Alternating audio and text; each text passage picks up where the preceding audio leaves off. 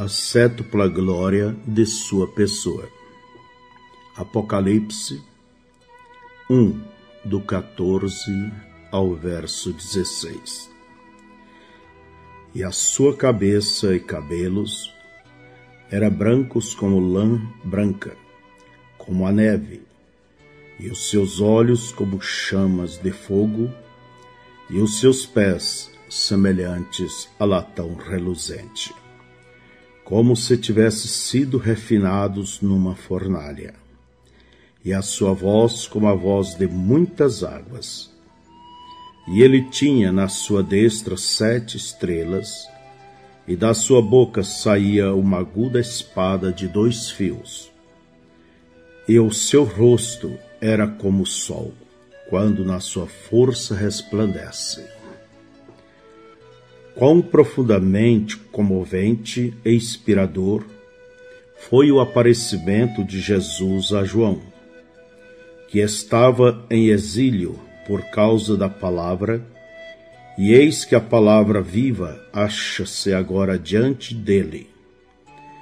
Que visão iluminante, pois cada atributo descritivo tem o significado. Que revelação de seu glorioso ser! Primeiro, seu cabelo branco como a neve. João primeiro nota e menciona a brancura de seu cabelo. Era branco e reluzente como a neve. Isto não era por causa de sua idade. Oh, não! O cabelo brilhantemente branco não significa idade, mas experiência, maturidade e sabedoria. O eterno não envelhece. O que é o tempo para Deus?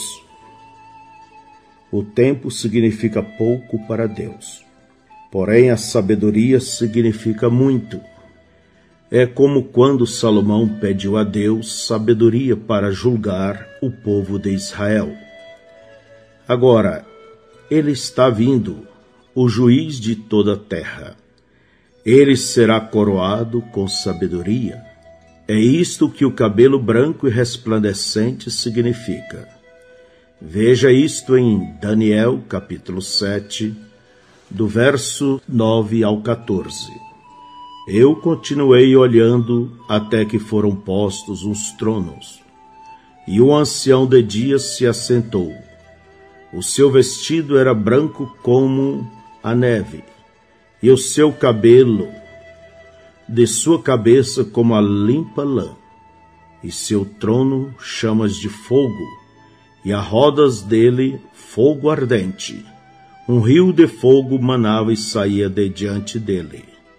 Milhares de milhares o serviam, e milhões de milhões estavam diante dele. Assentou-se o juízo, e abriram-se os livros. Então estive olhando por causa da voz das grandes palavras que provinha da ponta. Estive olhando até que o animal foi morto, e o seu corpo desfeito e entregue para ser queimado pelo fogo. E, quanto aos outros animais, foi-lhes tirado o domínio, todavia foi-lhes dada prolongação devida até certo espaço de tempo. Eu estava olhando nas minhas visões da noite, e eis que vinha nas nuvens do céu, um como o filho do homem, e dirigiu-se ao ancião de dias, e o fizera chegar até ele. E foi-lhe dado o domínio e a honra, e o reino, para que todos os povos, nações e línguas o servissem. O seu domínio é um domínio eterno, que não passará, e o seu reino é único, que não será destruído. Aí está, Daniel ouviu, com aquele cabelo branco. Ele era o juiz, abrindo os livros e julgando a partir deles. Daniel o viu vindo nas nuvens. É isto exatamente o que João viu. Ambos ouviram. exatamente o mesmo. Eles viram o juiz com seu cinto de juízo sobre seus ombros, sendo puro e santo, cheio de sabedoria, plenamente qualificado para julgar o mundo com justiça. Aleluia! Até o mundo entende esta simbologia, pois nos tempos antigos o juiz aparecia e convocava a corte, vestido de uma peruca branca e um longo manto que significava sua completa autoridade, manto da cabeça aos pés, para determinar justiça. Segundo, seus olhos como fogo. Pense nisto, aqueles olhos que uma vez turvaram-se com lágrimas de tristeza e piedade. Aqueles olhos que choraram de compaixão junto à sepultura de Lázaro. Aqueles olhos que não viram a maldade dos assassinos que o penduraram numa cruz, mas em aflição clamaram: Pai, perdoa-lhes. Agora aqueles olhos são uma chama de fogo, os olhos do juiz, que retribuirá aqueles que o rejeitaram. De todas as emoções humanas, a que mais ele manifestou quando apareceu como Filho do Homem foi esta. Ele chorava com frequência. Todavia, por detrás daquele choro e daquele sofrimento, ali ainda estava Deus. Aqueles mesmos olhos tinham visões. Eles olhavam profundamente dentro dos corações dos homens e lia seus próprios pensamentos e conhecia todos os seus diferentes caminhos. Chamejando através de olhos mortais estava Deus, que clamou aquele que não o conheceram pelo que ele era: Se não crerdes que eu sou, morrereis em vossos pecados. São João 8:24. Se não faço as obras de meu Pai, não me acrediteis, mas se faço as obras de meu Pai, e não credes em mim, credes nas obras. São João 10:37 e 38. Como Jeremias de outrora, ele foi o profeta pranteador, pois os homens não receberam a palavra de Deus e rechaçaram a revelação. Aqueles olhos abrasadoramente chamejantes do juiz estão mesmo agora registrando a vida de toda a carne, correndo de um lado para outro por toda a terra. Não há nada que ele não saiba. Ele conhece os desejos do coração e o que cada um pretende fazer. Não há nada oculto que não haja de ser revelado, pois todas as coisas estão nuas diante daquele com quem temos que tratar. Pense nisto. Ele sabe mesmo agora o que você está pensando. Sim, lá está ele como juiz com olhos chamejantes para determinar juízo. O dia de misericórdia terminou. Oxalá os homens pudessem se arrepender e buscarem justiça, sua face, enquanto ainda há tempo. Oxalá pudessem fazer de seu peito seus travesseiros antes que o mundo se desfaça em fogo. Terceiro, os pés de latão. E os seus pés, semelhantes a latão reluzente, como se tivessem sido refinados numa fornalha. O latão é famoso por sua extraordinária dureza. Não há nada conhecido que se possa acrescentar a ele para temperá-lo.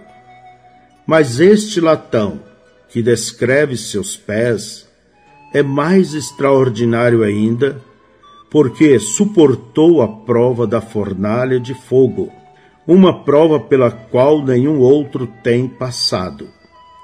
E isto é exatamente correto, pois latão significa juízo divino, um juízo que Deus decretou e fez acontecer. João 3, do 14 ao 19. E como Moisés levantou a serpente no deserto, assim importa que o Filho do Homem seja levantado para que todo aquele que nele crê não pereça, mas tenha vida eterna. Porque Deus amou o mundo de tal maneira que deu seu Filho unigênito, para que todo aquele que nele crê não pereça, mas tenha a vida eterna. Porque Deus enviou o seu Filho ao mundo, não para que condenasse o mundo, mas para que o mundo fosse salvo por ele. Quem crer nele não é condenado, mas quem não crê já está condenado, porquanto não crê no nome do unigênito Filho de Deus. E a condenação é esta, que a luz veio ao mundo, e os homens amaram mais as trevas do que a luz, porque as suas obras eram más. Números capítulo 21, do verso 8 ao 9. E disse o Senhor a Moisés: faze uma serpente ardente, e põe-na sobre uma haste, e será que viverá todo mordido que olhar para ela. E Moisés fez uma serpente de metal e pô-la sobre uma haste. E era que, mordendo alguma serpente a alguém, olhava para a serpente de metal e ficava vivo. Israel tinha pecado. O pecado tinha que ser julgado. Assim Deus mandou Moisés colocar uma serpente de latão em uma haste, e aquele que olhasse era salvo da pena de seu pecado. A serpente de latão na haste simbolizava o pecado oriundo no jardim do Éden, onde a serpente seduziu Eva, fazendo-a pecar. O latão fala de juízo, como é visto no altar de latão, onde a pena do pecado era cumprida no sacrifício sobre o altar. Quando Deus julgou Israel por seus pecados, nos dias de Elias, ele reteve a chuva e os céus ardentes tornaram-se como latão. Agora, nesta ilustração, vemos que a serpente sobre a haste representa o pecado já julgado, pois é feita de latão. Latão é cobre, mostrando que o juízo divino já caiu sobre o pecado. Então qualquer um que olhasse para a serpente na haste, aceitando o significado dela, ficava são, pois esta era a obra ou salvação do Senhor. A serpente na haste é um tipo do que Jesus veio realizar na terra. Ele se fez carne, a fim de tomar sobre si os juízos de Deus pelo pecado. A base do altar de sacrifício era de bronze, maciço, tipificando o cordeiro morto desde antes da fundação do mundo. Os juízos já tinham passado sobre ele, quando ainda não havia nenhum pecador, vindo a salvação inteiramente do Senhor. Ele pisou o lagar do vinho do furor da ira de Deus, sozinho. Suas vestes estavam tintas de carmesim com seu próprio sangue. A fornalha de fogo do justo juízo e da ira de Deus foi sua porção. Ele padeceu, o justo pelos injustos. Digno és, ó Cordeiro de Deus, porque nos compraste com teu próprio sangue. Ele foi ferido pelas nossas transgressões e moído pelas nossas iniquidades. O castigo que nos traz a paz estava sobre ele, e pelas suas pisaduras fomos sarados. O Senhor lançou sobre ele a iniquidade de todos nós. Ele padeceu como nenhum homem jamais tinha padecido. Mesmo antes da cruz, ele derramou de seu corpo grandes gotas de sangue como suor. Quando, na intensa agonia da penosa prova à frente, o próprio sangue separou-se em suas veias. Lucas 22, 44. e, posto em agonia, orava mais intensamente, e o seu suor tornou-se em grandes gotas de sangue que corria até o chão.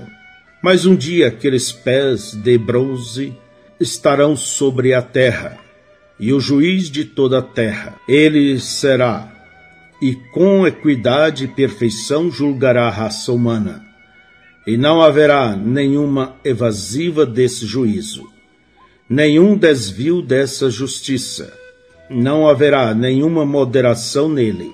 Quem é injusto, será injusto ainda. Quem está sujo, estará sujo ainda. O imutável não mudará então, pois nunca o fez e nunca o fará. Aqueles pés de bronze esmagarão o inimigo, eles destruirão o anticristo, a besta e a imagem de tudo que é vil à sua vista. Ele destruirá os sistemas eclesiásticos que têm tomado seu nome apenas para corromper seu resplendor, e os esmagará juntamente com o anticristo. Todos os ímpios, os ateus, os agnósticos, os modernistas, os liberais estarão todos ali. A morte e o inferno e a sepultura estarão ali. Sim, estarão. Porque quando ele vier, os livros serão abertos. É aí que a própria igreja morna e as 5 virgens loucas aparecerão. Ele apartará as ovelhas dos bodes. Quando ele vier, assumirá o comando do reino, pois é seu, e com ele estarão os milhares de milhões, sua noiva, que vem para ministrar a ele glória. É agora ou nunca. Arrependa-se antes que seja tarde demais. Desperte dentre os mortos e busque a Deus para ser cheio do seu espírito, ou você perderá a vida eterna. Faça isto enquanto há tempo. 4. Sua voz era como a voz de muitas águas. Agora, o que as águas representam? Ouça-o em Apocalipse capítulo 17, verso 15. As águas que vistes são povos e multidões e nações e línguas. Sua voz era como o som de multidões falando. O que é isto? É o juízo. Porque estas são as vozes de multidões de testemunhas, que pelo Espírito Santo, através de todas as eras, têm testificado de Cristo e pregado o seu Evangelho. Será a voz de cada homem levantando-se no juízo contra o pecador, que não acatou a advertência. As vozes dos 7 mensageiros serão ouvidas alta e claramente. Esses fiéis pregadores que pregaram o poder salvador de Jesus, que pregaram o batismo no nome de Jesus, que pregaram o preenchimento e o poder do Espírito Santo, que permaneceram com a palavra mais do que permaneceram com suas próprias vidas, todos eles foram a voz de Jesus Cristo através de todas as eras. João 17:20. E não rogo somente por estes, mas também por aqueles que pela sua palavra hão de crer em mim. Você já pensou quão apavorante é um homem ser arrastado pelas correntes em direção a uma catarata sem ajuda? Pense agora naquele rugido, enquanto ele se aproxima de sua segura e certa perdição. E bem exatamente assim está chegando o dia do juízo, quando o rugido da multidão de vozes condenar você por não ter dado atenção, antes que fosse tarde demais. Preste atenção nesta hora mesmo, pois neste momento seus pensamentos estão sendo registrados do céu. Lá, seus pensamentos falam mais alto do que as suas palavras. Como os fariseus que arrogavam-se tanto com suas bocas, mas não ouvindo do Senhor. Seus corações tornaram-se corruptos e maus, até que foi tarde demais. Agora mesmo, este pode ser seu último chamado para ouvir a palavra e recebê-la para a vida eterna. Será tarde demais quando você se aproximar do rugido das muitas vozes de juízo e perdição. Mas você já notou quão doce e relaxante pode ser o som da água? Eu gosto de pescar e gosto de encontrar um lugar onde a água sussurra em ondulações.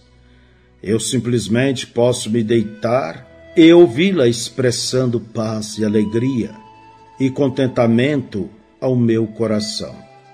Quão contente estou por estar ancorado no porto de meu descanso, onde a voz do Senhor expressa paz, conforme a palavra das águas da separação tem declarado. Quão agradecidos deveríamos ser em ouvir sua voz de amor e cuidado, e direção e proteção. E um dia ouviremos essa mesma doce voz falar, não em juízo, mas em boas-vindas a nós, cujos pecados foram redimidos por seu sangue, cujas vidas foram cheias do Espírito e cujo caminhar foi na palavra. O que poderia ser mais precioso do que ouvir multidões de vozes de boas-vindas e ser rodeado por aquelas multidões que creram para a vida eterna? Não há nada como isto. Eu rogo que você ouça sua voz e não endureça seu coração, mas o receba como seu rei. Se você pudesse apenas ver isto, foram as águas que destruíram o mundo, mas foram as mesmas águas que salvaram Noé e salvaram também toda a terra para Noé. Ouça sua voz, a voz de seus servos, enquanto ela chama para o arrependimento e a vida. 5. Na sua destra estava 7 estrelas. E ele tinha na sua destra 7 estrelas. Agora, evidentemente já sabemos pelo versículo 20 o que as 7 estrelas realmente são. O mistério das 7 estrelas são os anjos, os mensageiros das 7 igrejas. Agora, não poderíamos aqui cometer erro, por motivo algum, uma vez que ele o interpreta para nós. Estes 7 mensageiros são os mensageiros para as 7 sucessivas eras da igreja. Seus nomes não são mencionados, são apenas apresentados como 7, um para cada era, desde a era de Éfeso até a era de Laodiceia. Cada mensageiro trouxe a mensagem da verdade para o povo, nunca falhando em mantê-la a palavra de Deus para aquela particular era da igreja. Cada um agarrou-se a isto. Eles foram firmes em sua lealdade para com a luz original. À medida que cada era afastava-se de Deus, o seu fiel mensageiro conduzia aquela era de volta à palavra. A força deles procedia do Senhor, ou jamais poderia ter resistido à maré. Eles estavam seguros em seu cuidado, porque nada podia arrebatá-los de sua mão, e nem alguma coisa podia separá-los do amor de Deus, quer fosse doença, perigo, nudez, fome, espada, vida ou morte. Eles estavam verdadeiramente rendidos a Ele e guardados por sua onipotência. Eles não estavam preocupados com a perseguição que vinha ao encontro deles. A dor e o escárnio era apenas motivo para dar glória a Deus por terem sido considerados dignos de sofrer por Ele. E em agradecimento por sua salvação, Eles iluminaram com a luz de sua vida e refletiram seu amor, paciência, mansidão, temperança, benignidade, fidelidade. E Deus os apoiou com maravilhas, sinais e milagres. Eles foram acusados de serem fanáticos e santos roladores. Eles foram denunciados por organizações e zombados, mas mantiveram-se fiéis à palavra. Agora, não é difícil levantar-se e manter fiel a um credo. É fácil, porque o diabo está bem por detrás de tudo isso. Mas é uma outra coisa ser fiel à palavra de Deus e voltar ao que a palavra originalmente produziu após o Pentecostes. Não faz muito tempo, um homem me disse que a Igreja Católica Romana tinha que ser a verdadeira igreja, uma vez que tinha permanecido fiel ao que cria ao longo dos anos e continuava crescendo e não mudando. Isso de maneira nenhuma é assim. Qualquer igreja com o governo por detrás dela e com seu próprio credo, que de maneira nenhuma é a palavra, e sem nenhum ministério manifesto para fazer com que o diabo se levante, poderia seguramente ir avante. Esse não foi um critério.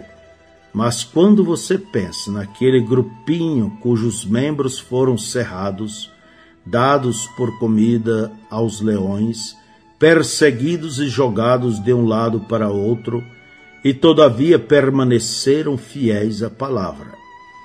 Ora, isto claramente teria que ser Deus. Como eles sobreviveram à sua batalha de fé e prosseguiram serenos. Esse é um milagre. E este conforto não é apenas para os mensageiros das 7 eras da igreja. Cada verdadeiro crente está na mão de Deus e pode extrair do seu amor e poder e receber o pleno benefício de tudo que Deus é para o crente. O que Deus dá ao mensageiro é como ele abençoa e usa o mensageiro. É um exemplo a todos os crentes de sua bondade e cuidado para com todos os membros de seu corpo. Amém.